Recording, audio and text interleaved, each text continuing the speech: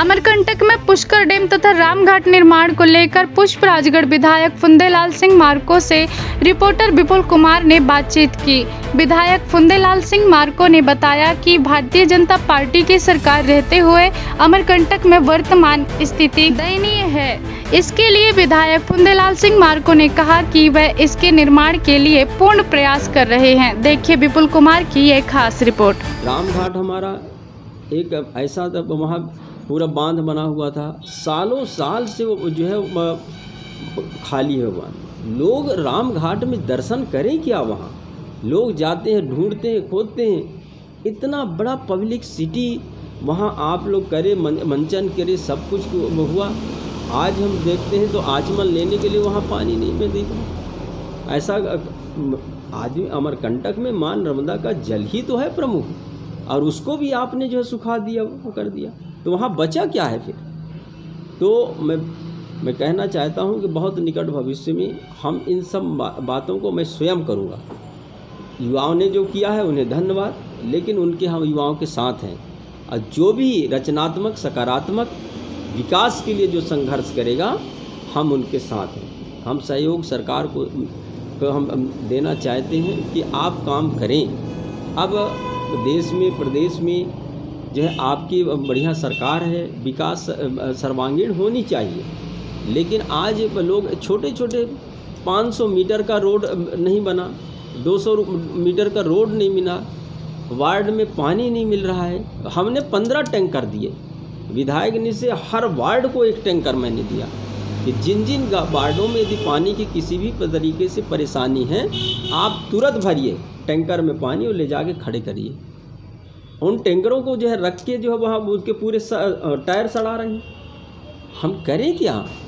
हमने इतना अच्छा तोड़न द्वार वहाँ बनाए थे कि हमारी मां नर्मदा की, जब आप घुसें अमरकंटक में, जब अंदर प्रवेश करते हैं तो बढ़िया अच्छा दिखना चाहिए, सुंदर दिखना चाहिए, लोगों को ये महसूस हो कि हम पवित्र नगरी अमरकंटक में पहुंच चुके हैं। लेकिन वहाँ की रोडें देख लीजिए, एक धूल धूल धूल एकदम उड़ा हुआ है। एक बरसात में देखिए कीचड़ से भरा हुआ है। ये क्या पवित्र नगरी है भाई? आहिस्ता का आवाज़ शौचालय का वहाँ 500 शौचालय बने हुए हैं, 500 शौचालयों की राशि लगभग 6 लाख से ऊपर होता है। 12,000 रुपये का एक शौचालय बना। आप 8.5 लाख आवास बनने थे, उनके शौचालय बनने थे। आवास बने नहीं तो शौचालय कहाँ बना दिए आप? और यदि शौचालय बनाए हैं तो दिख क्यों नहीं रहे? हमारी पवित्र नगरी है, वहाँ स्वच्छता पवित्रता के नाम से हम लोगों ने किया था, लेकिन शौचालय बन गए, राशियाँ आहरण हो गई और लोग उनके उपयोग नहीं कर रहे हैं। आखिर ये पैसा जाता कहाँ है? हम तो इसमें विधानसभा भी लगाए, लेकिन सरकार उन दोषियों को बचाने का प्रयास कर रही है। लेकिन हम आने वाले समय में, चूँकि अभी थोड़ा 10-15 दिन हो जाए, इसके बाद हम बेहद रूपरेखा हम बनाएंगे और हम स्वयं बैठेंगे। और मैं देखता हूँ सरकार को क्यों काम नहीं कर रहे हैं अमरकंटक के लिए, क्योंकि पुष्पराजगढ़ जहाँ हम आप सब लोग निवास कर रहे हैं, हमारी माँ नर्मदा हमारी आस्था का केंद्र है, और माँ के संरक्षण के लिए हम कुछ भी करने के लिए तैयार हैं। धन्यवाद। विरक्षण की बात कर रहे हैं तो जैसे अभी रामघाट की जो स्थिति है, वहाँ पे मां नर्मदा का जल नहीं है, जिससे पर्यटकों को भी काफ़ी परेशानियों का सामना करना पड़ रहा है, तो क्या कुछ आप कहना चाहेंगे? वही मैं बता रहा हूँ ना, पिछले गर्मी में बरसात में टूटा, एक बरसात पूरा निकल गया, अब ये दूसरा फिर आ रहा है। अभी वहाँ काम नहीं लगा, कछुआ के चाल से वहाँ काम शुरू हो रहा है। रामघाट में पानी नहीं, लोग ढूंढते हैं कि रामघाट गया कहाँ। आज लोग देश विदेश के लोग आ रहे हैं, वो देखते हैं कि खंडर सा पड़ा है, कीचड़ भरा हुआ है, पानी वहाँ है ही नहीं है। जब थोड़ी सी पतली सी धारा माँ की प्रवाहित हो रही हैं दूर एकदम जाके, तो जो ऐसे बांध हैं, सरोवर हैं, उनको तत्काल जो है बांध के सुव्यवस्थित वहाँ बढ़िया पानी भर दिया जाए, माँ की जल भरा रहे, वहाँ लोग स्नान करें। और वहाँ स्नान ही तो सब कुछ है, दर्शन ही तो माँ की महत्वपूर्ण है, और ये भी लाभ वहाँ नहीं हो पा रहा है, जिसके कारण जो है हम बहुत जो है कष्ट में हैं, स्वयं मैं मानता हूँ। लेकिन ये सरकार हाथी के दांत दिखाने का दूसरे और खाने के दूसरे, इस टाइप का एक चाल कर रही है। लेकिन आपके माध्यम से मैं कहना चाहता हूं कि सरकार को समय के साथ अमरकंटक के सर्वांगीण विकास के लिए काम करना चाहिए। कई प्रोजेक्ट बने हैं, उसमें मैं भी था, माननीय प्रहलाद जी पटेल आए थे, आपने भी मीटिंग लिया था तमाम अधिकारियों का, बहुत से करोड़ों करोड़ का प्रोजेक्ट बने थे, लेकिन आज भी वो ठंडे बस्ते में है। पता नहीं कब वो फाइल खुलेगा, माँ नर्मदा की विकास होगा। ये सारी चीज़ें बड़ी चिंता का विषय है। और फिलहाल हम आप सब मिलके ये तो प्रयास करें कि मूलभूत सुविधा जो छोटे छोटे शौचालयों की, पानी की, रोड की, बिजली की,